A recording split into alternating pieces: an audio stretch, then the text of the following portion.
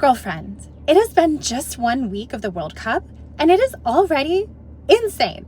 I am your Unhinged Soccer Bestie, reporting to you live from the emotional front lines. And I owe you an apology. I told you this tournament isn't really about soccer. I was wrong. It is somehow even less about soccer than we originally predicted. Let's discuss.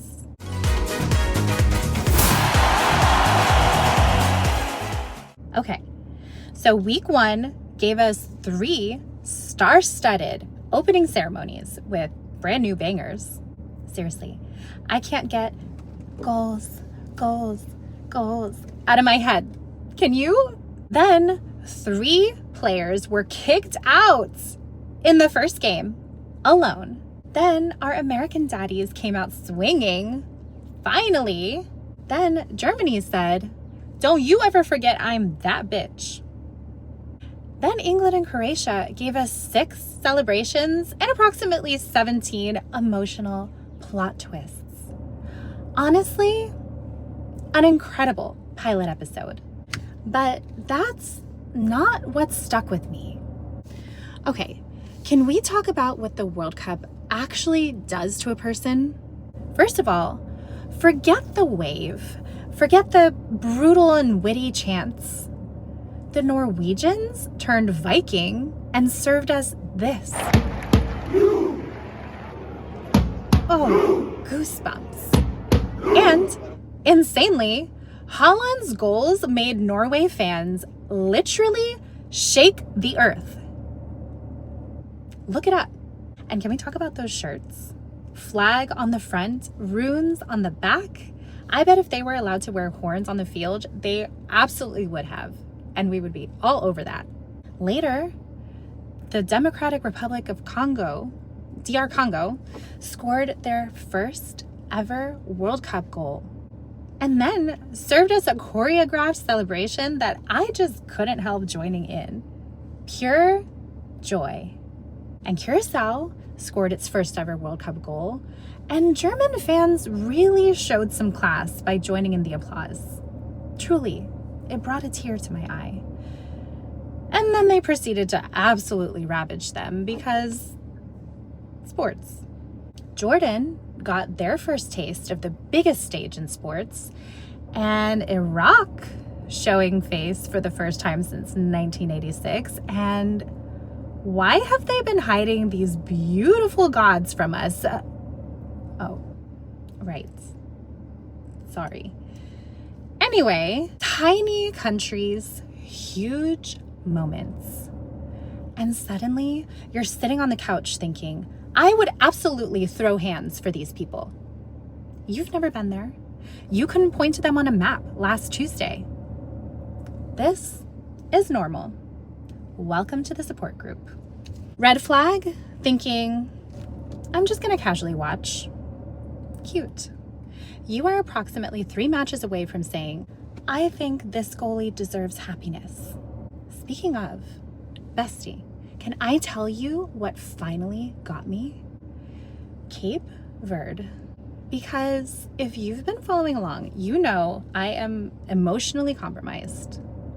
And somehow, a 0-0 draw ended up being the most exciting game so far. So, Spain walked into this tournament as one of the giants of world soccer. Okay, like, even if you don't watch soccer, you know Spain? Okay? Cape Verde, tiny island nation, making its World Cup debut. Never played in the World Cup before, okay? Their goalkeeper, 40 years old. 40! Which in team sports is geriatric. Frankly, we love experienced talent in this house, but this was a true David against Goliath. Get it? Goliath. Okay, anyway, this man stood in front of one of the biggest national teams on earth and refused to let them score. Not once. 90 plus minutes. Clean sheet. 7 incredible saves. Like, he Gandalf that shit, okay? A draw against Spain. Their first time ever in the World Cup. It's nuts. And then when the final whistle blew, he broke down crying. Babe, we cried. Because that's the trick that the World Cup plays on you. You think that you're just watching the soccer, and suddenly you're watching a 40-year-old man realize a dream he waited his entire life for.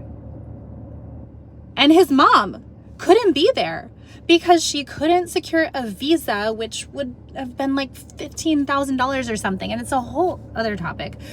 But then the whole world heard about it. And his Insta follower account jumped from like 40,000 to 6 million, basically overnight. And the international attention made the powers that be get their act together to get his mom over here in time for Sunday's game. So we are watching Sunday. And that must be what they mean when they say a tie is never really a tie. There is always a winner and a loser. And in this case, little Cape Verde absolutely won, and so did we. So, I regret to inform you, I have developed strong emotional opinions about countries I knew very little about a week ago. I have favorites. I have underdogs. I have concerns. This appears to be a standard World Cup side effect. Underdogs becoming main characters, parents crying, fans losing their minds, countries hearing the world say their names. And suddenly, you don't care about formations, you don't care about tactics. You care because somewhere, somebody is having the best day of their life. Okay, remember when I said we don't pick sides? I lied. We absolutely pick sides. We pick underdogs. We pick impossible dreams. We pick firsts. We pick moms watching from home. We pick 40-year-old goalkeepers. We pick people who have waited their entire lives for one chance. Official Unhinged United position? We're loyal to chaos, but we are fiercely loyal to hope. Bestie, I think I figured out why people love the World Cup. It's not because every 4 years the world comes together to watch soccer. It's because every 4 years the world comes together to watch ordinary people become somebody's hero. And honestly, we were always going to fall for that. And if you started this tournament saying, I'm only watching because my boyfriend is, I have terrible news. You have checked the schedule. You have picked favorite. You've accidentally learned geography. You've become emotionally attached to at least one goalkeeper now. You've become one of us. The state of the tournament is, we all thought we were casual viewers and now we're emotionally invested in impossible dreams. And what's more American than that? I am your Unhinged Soccer Bestie. This has been your week 1 dispatch from the emotional front line. Stay hydrated, stay curious,